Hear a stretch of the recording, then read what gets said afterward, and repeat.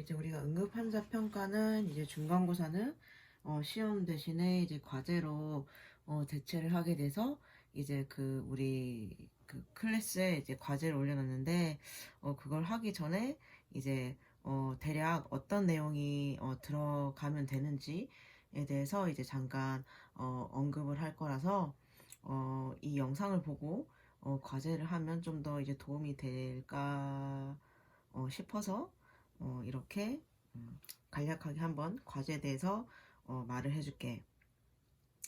자, 우리가 1차 평가까지 했어.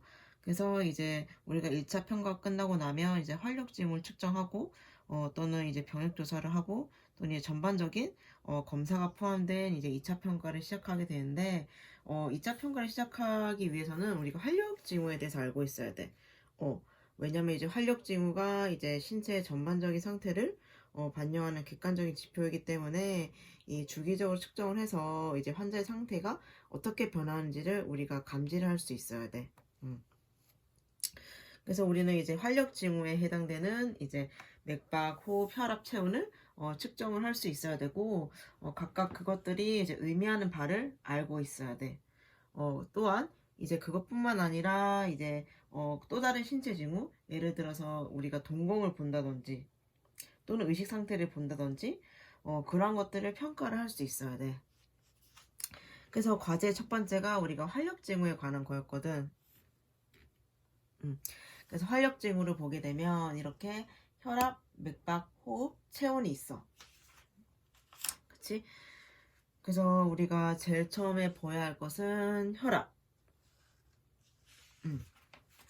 혈압이라 하면 이제 우리가 심장으로 박동으로 이제 분출되는 혈액이 우리 동맥벽에 가하는 압력을 이제 혈압이라고 할 수가 있는데, 이제 혈압은 이제 뭐 혈액의 양이라든지 또는 이제 혈액을 수용할 수 있는 혈관의 탄성도 내지는 이제 혈액을 내보내는 힘에 의해서 영향을 받기 때문에 이 혈압의 변화는 이들에게 변화가 생겼다는 것을 의미를 할 수가 있어.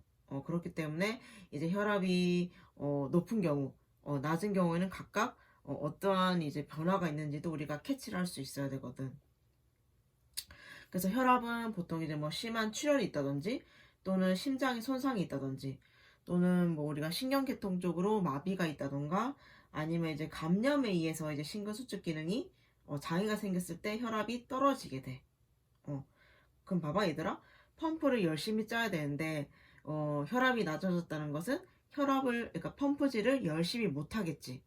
그러면 어떻게 되겠니?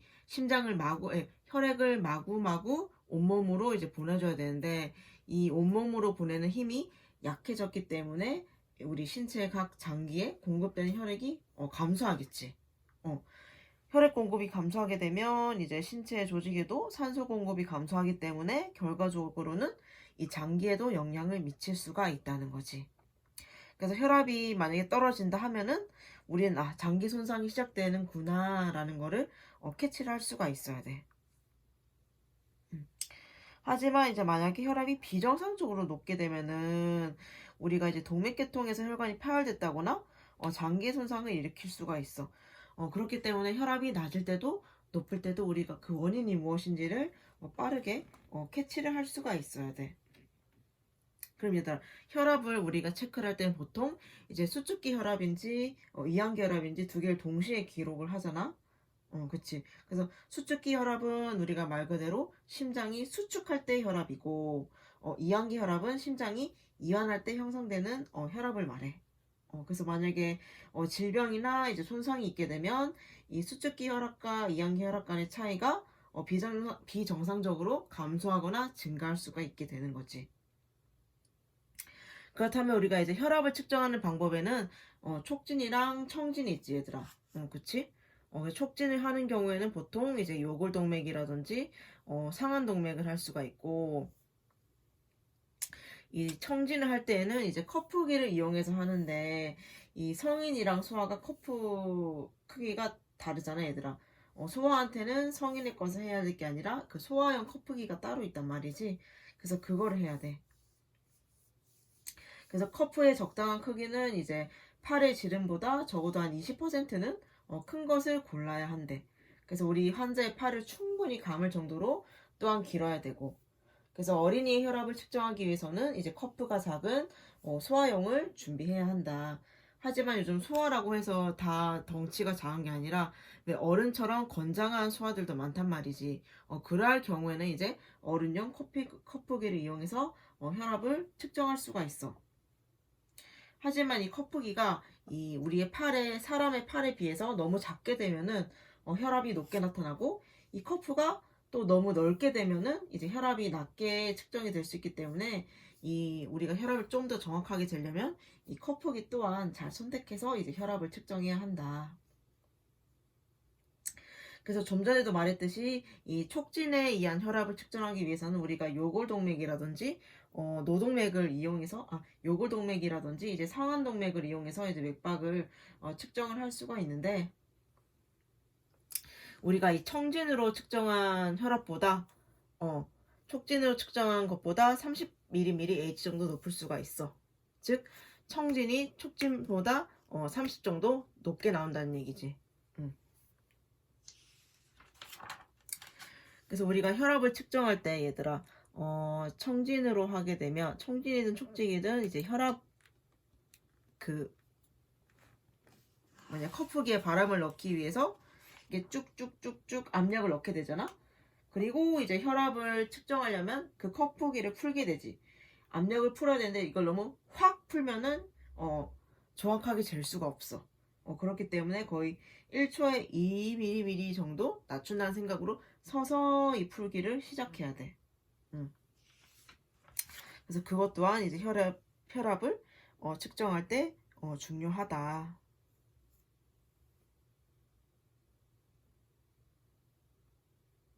그래서 얘들아, 우리가 그 혈압 측정하는 것도 배웠겠지만, 우리가 혈압 그 커프기를 넣어서 이제 공기를 빼기 시작할 때 딱 맥박음이 처음 들리는 소리가 수축기 혈압이지.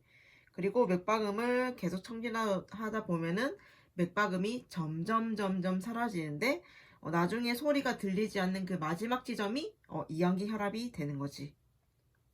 그래서 보통은 뭐 120에 80, 130에 80 이렇게 표기를 하는데, 이 혈압은 또 이제 환자의 어떤 자세를 취했느냐에 따라서 달라질 수가 있어, 조금씩.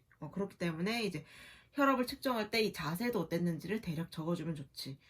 일어나서 쟀는지 아니면은 이제 누워서 쟀는지 이런 것도 같이 체크해주면 좋다.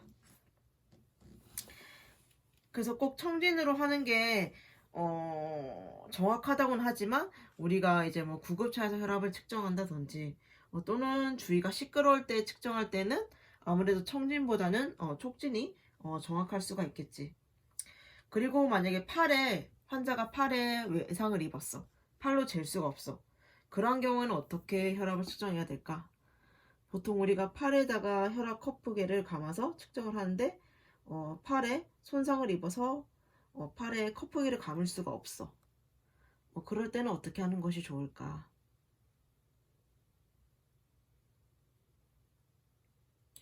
그럴 때는 우리가 넙다리 부위에도 할 수가 있어. 넙다리 부위에 할 때는 좀 더 큰 커프기를 감고 그 부위를 이용해서 혈압을 측정할 수가 있다.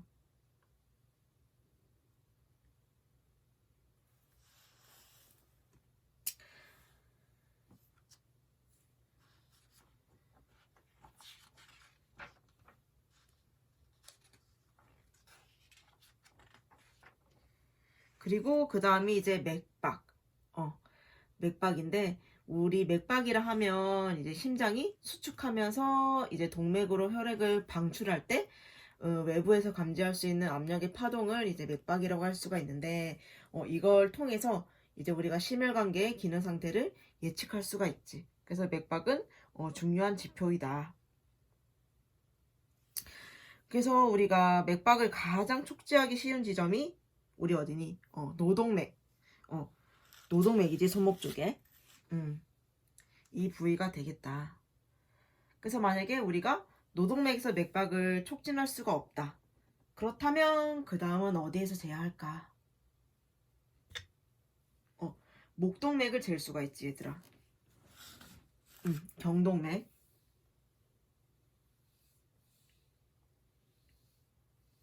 실제로 이제 심혈관 기능이 약해져 있는 사람에게서는 노동맥을 맥박을 촉지할 수가 없지만 이 목동맥의 맥박은 수축기 혈압이 약 60 정도일 때도 촉지가 될 수 있다고 해. 그래서 노동맥보다는 더 낮은 수축기 혈압을 감지할 수 있기 때문에 이제 목동맥에서도 맥박을 촉지할 수가 있다. 하지만 우리가 경동맥을 촉지할 때 이 목을 중심으로 이 목이 있으면 이렇게 양쪽에 경동맥이 있단 말이지. 그럼 양쪽을 다 누르면 안 돼. 그렇겠지? 왜냐면 이제 이 경동맥을 통해서 뇌로 이제 혈류가 흐르게 되는데 이 양쪽을 동시에 누르게 되면 이제 뇌혈류가 차단이 되어서 의식을 잃을 수도 있어. 그렇기 때문에 반드시 경동맥 촉지를 할 때는 한쪽에서만 측정을 해야 한다. 그렇다면 이제 우리가 맥박의 정상 범위는 어떻게 되는가 하면은 보통은 이제 분당 60에서 100회 정도가 이제 정상 성인의 맥박수인데 이 정상 맥박수보다 이제 빠른 경우를 이제 빈맥, 즉 100회를 초과했을 경우를 빈맥이라 하고 60회 미만을 이제 느린 맥이라고 한다. 서맥. 그래서 보통 이제 맥박수를 측정하는 방법은 우리가 15초 동안에 측정을 하고 곱하기 4를 하지. 왜냐면 분당 맥박수를 재야 되기 때문에 1분이 60초기 때문에 15분 정도 체크를 해서 곱하기 4를 하던가 아니면 30초 동안의 맥박을 체크해서 곱하기 2를 해서 이제 맥박을 측정할 수가 있다. 하지만 꼭 이제 맥박이 정상적으로 뛰지 않을 경우가 더 많겠지. 그래서 만약에 이제 맥박이 빠르고 약하게 뛴다. 이러한 경우에는 이제 혈압이 저하됐다던가 아니면 이제 환자가 공포를 느끼거나 또는 심한 통증을 느낄 때도 이제 빠르고 약한 맥박이 뛸 수가 있고 두 번째는 이제 맥박이 촉지되지 않는 경우 이럴 때는 이제 주로 혈관이 막혔다거나 또는 이제 손상이 됐거나 또는 심정지인 경우 또는 이제 쇼크 상태일 때는 이제 맥박이 촉지가 되지 않을 수가 있다. 또 이제 맥박이 불규칙하게 박동을 할 수가 있어. 이러한 경우는 당연히 부정맥이 있다는 것을 예측할 수 있어야 되고 그로 인해 이 사람은 심장 질환이 있구나 라는 것을 이렇게 인지를 할 수 있어야 돼. 그래서 이제 맥박은 우리가 환자 상태를 이제 손쉽게 파악할 수 있는 비교적 정확한 지표가 되겠다. 그래서 주기적으로 이제 맥박을 촉지해서 환자의 상태를 어떻게 변하는지를 우리가 파악을 할 수 있어야 한다. 그 다음이 이제 호흡인데 보통 이제 정상적인 호흡은 이제 환자가 편안하게 느끼고 또는 고통이 없고 통증이 없고 또는 이제 자연스럽게 호흡이 이루어지고 호흡의 정도가 깊지도 얕지도 않아. 그래서 보통 정상 성인의 경우에는 분당 12에서 20회야. 하지만 이제 운동을 하는 특히 마라톤 선수인 경우에는 분당 호흡수가 6회에서 8회야. 그렇기 때문에 이제 환자의 직업이라든지 취미 등을 고려해서 이제 파악을 하고 있어야 돼. 그래서 따라서 처음에 우리가 환자를 보았을 때는 이제 환자의 호흡수라든지 또는 호흡 상태. 호흡 상태라고 하면 좀 전에 말했던 이제 뭐 깊고 빠른 호흡이라든지 또는 호흡이 얕다든지 이런 걸 기록을 하고 그 이후에도 이제 변화를 계속해서 우리가 관찰해서 기록을 해야 돼. 그래서 예를 들어서 만약에 환자가 빠른 호흡을 하고 있다. 그럴 경우에는 저산소증이 왔을 수도 있고 아니면 쇼크 또는 머리에 손상을 입었거나 또는 불안한 상태와 관계가 있다. 그리고 이제 느린 호흡은 이제 약물 남용이라든지 또는 심한 저산소증 또는 이제 중추신경계 이상이 있을 경우에도 이제 느린 호흡을 할 수가 있다. 그리고 이제 깊고 힘든 호흡은 우리가 기도에 폐쇄가 있다든지 또는 폐 질환이 있을 경우에는 깊고 힘든 호흡을 할 수가 있어. 그래서 호흡 정지 때는 이제 가슴과 복부의 움직임이 거의 없겠지. 그리고 또한 이제 코나 입에서도 공기의 흐름을 느낄 수가 없게 돼. 또한 우리가 목에 이물질이 걸렸을 경우에도 우리가 호흡을 제대로 할 수가 없잖아. 그치? 그래서 이물질에 의해서 만약에 질식감 환자는 기침이나 또는 이야기도 할 수가 없어. 그래서 손으로 목을 쥐고 있겠지. 얘기를 할 수 없기 때문에.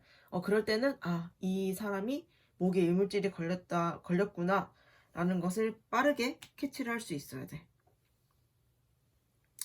또 우리가 정상인에서는 가래가 당연히 생길 수가 있어. 정상적인 폐에서도 가래가 생길 수가 있는데, 특히 폐 질환이 있는 경우에는 이 가래 생성이 되게 많아.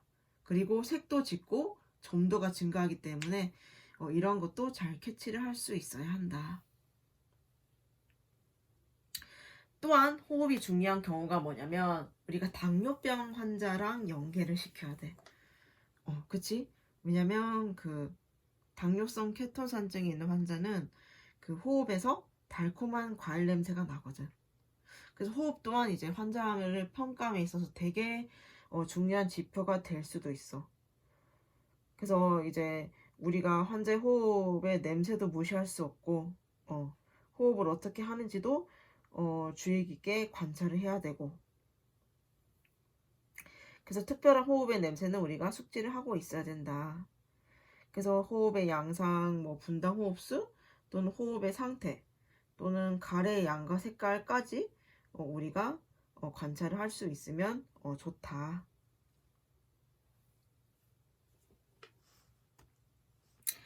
그 다음이 이제 체온. 체온인데 보통 정상 체온은 약 37도 정도라고 해. 그래서 우리가 피부는 이제 체온을 조절하는데 되게 중요한 역할을 하지.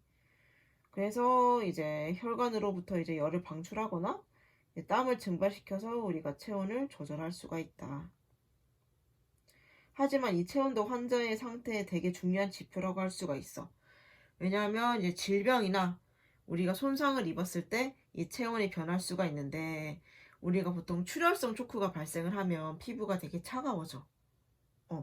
왜냐면 이 출혈성 쇼크가 발생하게 되면 이 교감신경계의 반응으로 되게 여러 가지 징후들이 우리 몸에서 나타나게 돼.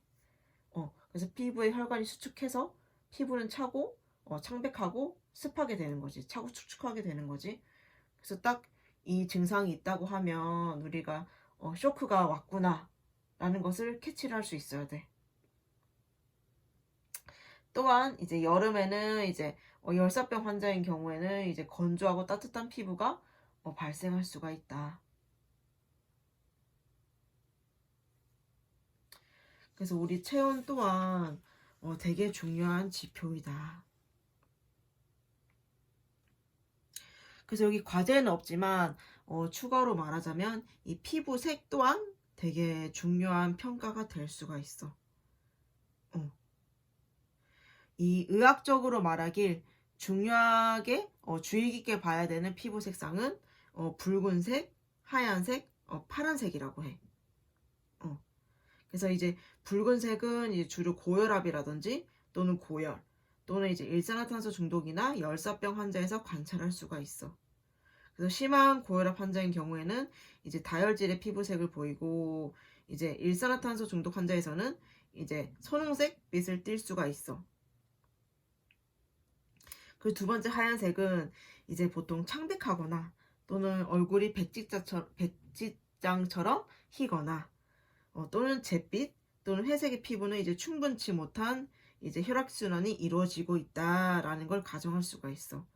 그렇기 때문에 이제 빈혈 환자라든지 또는 쇼크 또는 이제 공포에 질린 환자 또는 추위에 노출된 환자에서 관찰할 수가 있다.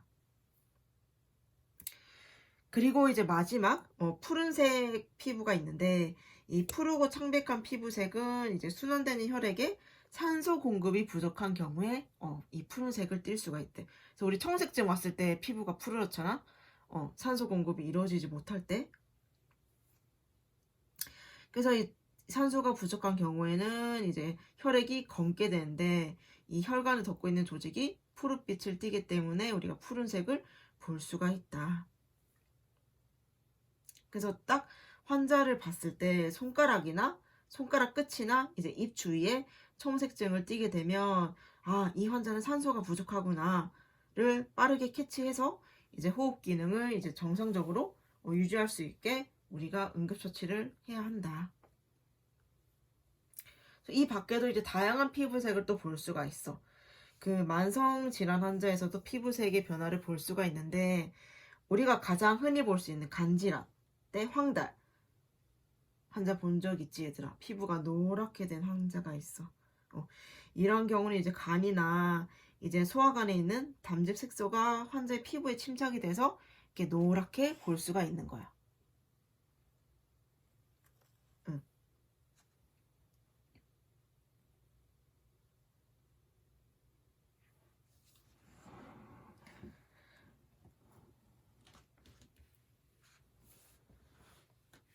그래서 우리가 붉은색, 하얀색, 파란색 또한 중요한 지표지만, 이제 간질환 환자에서는 황달을 띌 수가 있다.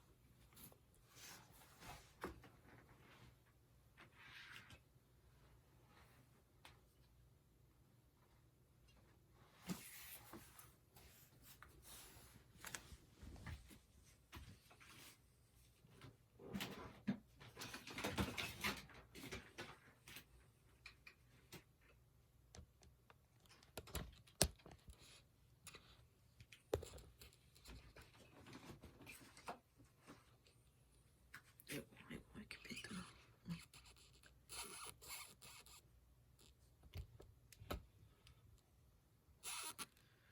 잠깐만, 얘들아.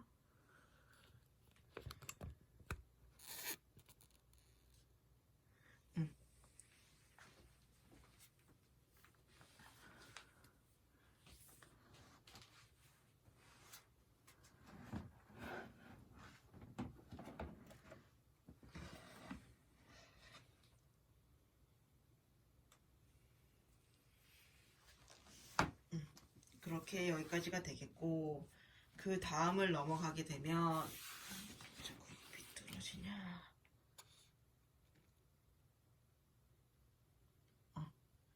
그 다음을 넘어가게 되면 이제 동공 크기. 우리 과제에 동공 크기도 있었어. 이 동공 크기 또한 되게 중요한 지표야. 이 정상에서는, 우리가 정상인에서는 이제 동공 크기가 되게 일정하단 말이지.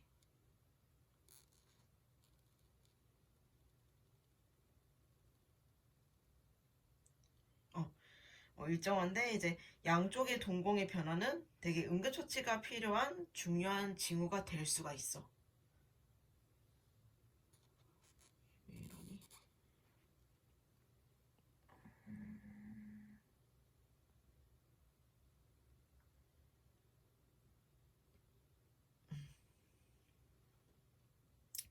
그래서 보통 일부 정상인에서도 이제 양측의 동공의 크기가 다른 것을 볼 수 있기는 하지만, 보통 대개의 경우라면 양쪽의 동공의 크기가 다른 건 뇌 손상을 입었다든지 또는 뇌 병변에 의한 것이라고 볼 수가 있어. 그래서 이제 보통 양쪽의 동공의 크기가 축소가 되었다면 이 환자는 약물 중독이라든지 또는 중추신경계 병변이 있을 수 있어. 또한 이제 양측의 동공이 확장된 경우에는 이제 두개 내압의 상승이 발생했구나를 알 수가 있고, 이 심정지가 발생한 이후에도 이제 볼 수가 있다. 그래서 우리가 보통, 얘들아, 우리가 눈에 빛을 갑자기 비추게 되면 아이 눈부셔 이러잖아. 그래서 일반적으로 이제 동공이 빛에 노출이 되면 수축을 하게 되는데, 이것은 이제 우리가 눈을 보호하기 위한 대강 반사라고 해. 대강 반사라고 하는데, 만약에 눈을 비췄을 때 이 대강 반사가 지연이 된다면 이제 저산소증이거나 또는 약물의 부작용에 의한 것일 수도 있다. 하지만 이제 대강 반사 지연이 아니라 이 동공이 자체가 수축이 되지 않는 경우가 있어. 이러한 경우는 이제 뇌병변이 있거나 또는 약물 중독 또는 시신경계 손상이 있어서 이렇게 동공이 수축하지 않을 수가 있다. 사람이 사망하게 되면 이제 보통 동공은 크게 확장이 되고 이제 동공 반사가 소실이 되는데, 이 동공 상태가 계속해서 변할 때는 우리가 중추신경계 손상이나 이제 병변을 의심을 해야 한다. 그렇기 때문에 이제 환자의 동공 크기라든지 동공 상태에 대해서는 꼭 기록을 해야 한다.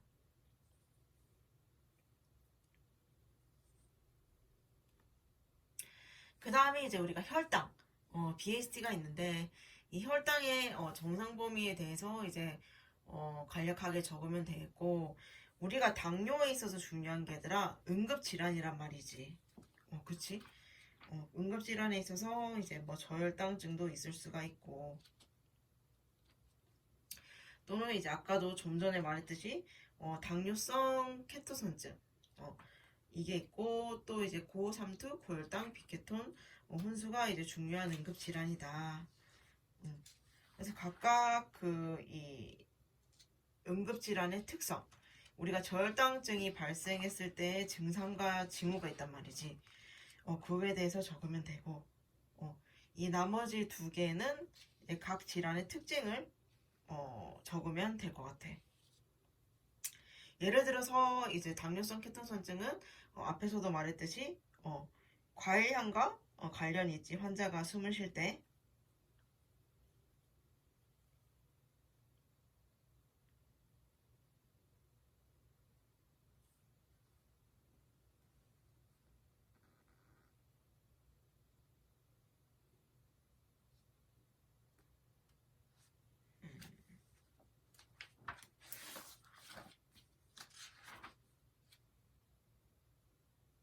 음.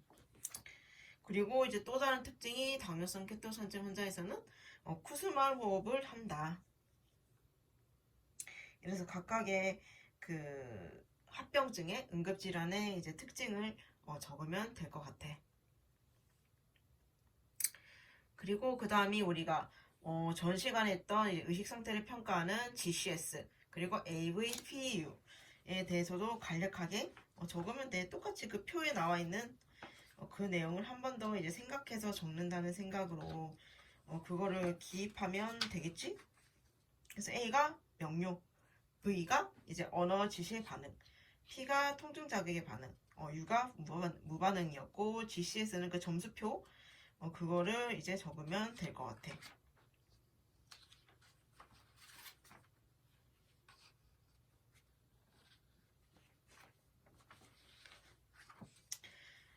그리고 이제 그 다음에 넘어갈 것이 우리가 기도 유지법.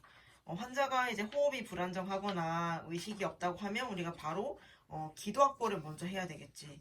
기도 확보가 제일 중요하지. 그래서 그게 기도 유지를 어떻게 하느냐가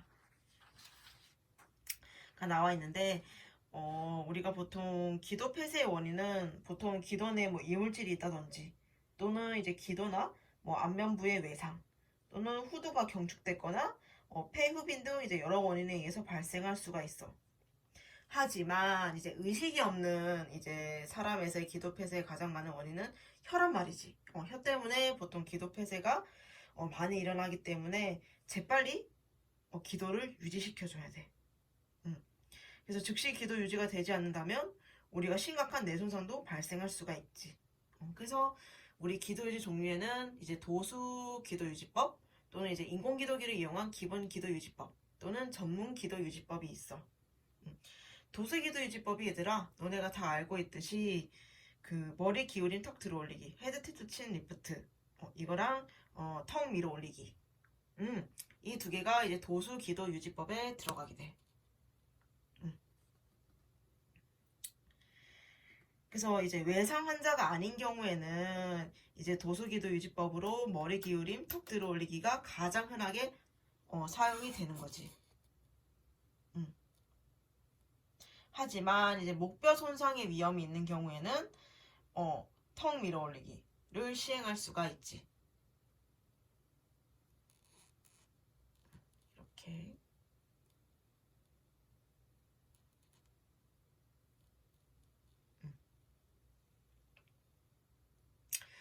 그렇다면 이제 그 다음 방법. 인공 기도기를 이용한 기본 기도 유지법. 이것도 우리가 다 알고 있어. 말이 길어서 그렇지 인공 기도기를 이용한 방법은 우리가 알고 있는 이빈두 기도기, 이제 코인두 기도기가 있어. 그래서 이제 인공기도기의 1차적인 기능은 우리가 의식이 없을 때 가장 기도 폐쇄 흔한 원인이 혀라고 했잖아. 그래서 이제 혀에 의한 상기도 폐쇄를 예방해주는 역할을 하는 거야.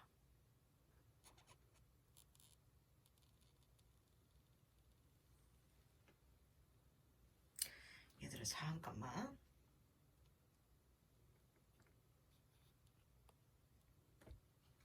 왜 자꾸 흔들릴까? 응, 응. 그래서 이제 이빈두 기도기는 우리가 입을 통해서 삽입하는 기도기지. 그래서 이제 기도기를 인두까지 밀어 넣음으로써 이제 기도기가 입속에 위치하면서 기도를 유지하도록 하는 기구이다.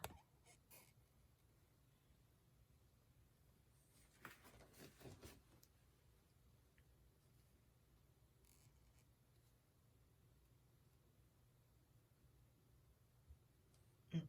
그래서 우리가 이빈두 기도기의 생김새를 보면 얘들아 가운데 구멍이 뚫린 거 볼 수 있지. 그래서 가운데 부분이랑 이제 양 옆에 구멍이 뚫려 있기 때문에 이제 공기가 쉽게 통과할 수 있도록 고안되어 있어. 하지만 이 이빈두 기도기에 적응증이 있어, 얘들아. 뭐냐? 의식이 없는 환자에게만 삽입을 해야 돼. 그리고 코인두 기도기는 의식이 있는 환자에게는 사용할 수가 있어. 그래서 의식이 있는 환자에서 기도를 확보할 때에는 코인두 기도기를 쓰고 의식이 없는 환자에게서 기도를 확보할 때에는 이빈두 기도기를 해야 돼. 만약에 이제 의식이 있거나 이제 반원수 상태에 이제 구토 반사가 있는 환자에게 이 이빈두 기도기를 사용하게 되면 이제 구토라든지 성대 경련이 발생할 수도 있어. 그렇기 때문에 이제 이빈두 기도기는 이제 의식이 없는 환자에게서만 사용을 해야 한다.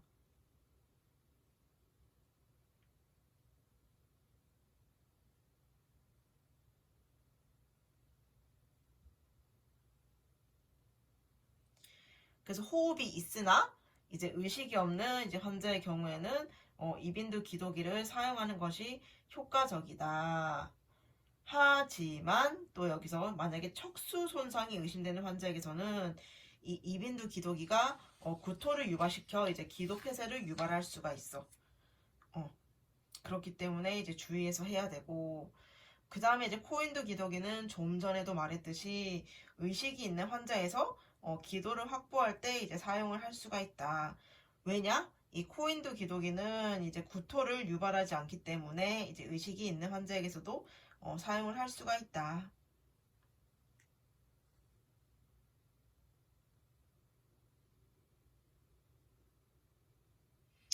그래서 이제 인공기도기를 이용한 기본 기도 유지법에는 이 두 가지가 있겠고, 그 다음은 이제 전문 기도 유지야. 음, 전문 기도 유지법에도 굉장히 종류가 많단 말이지. 뭐 후드 튜브 기도기, LMA, 아이젤, 식도 폐쇄 기도기, 뭐 인두기관 관기도기, 기관 내 삭감법 이런 것들이 굉장히 많단 말이지.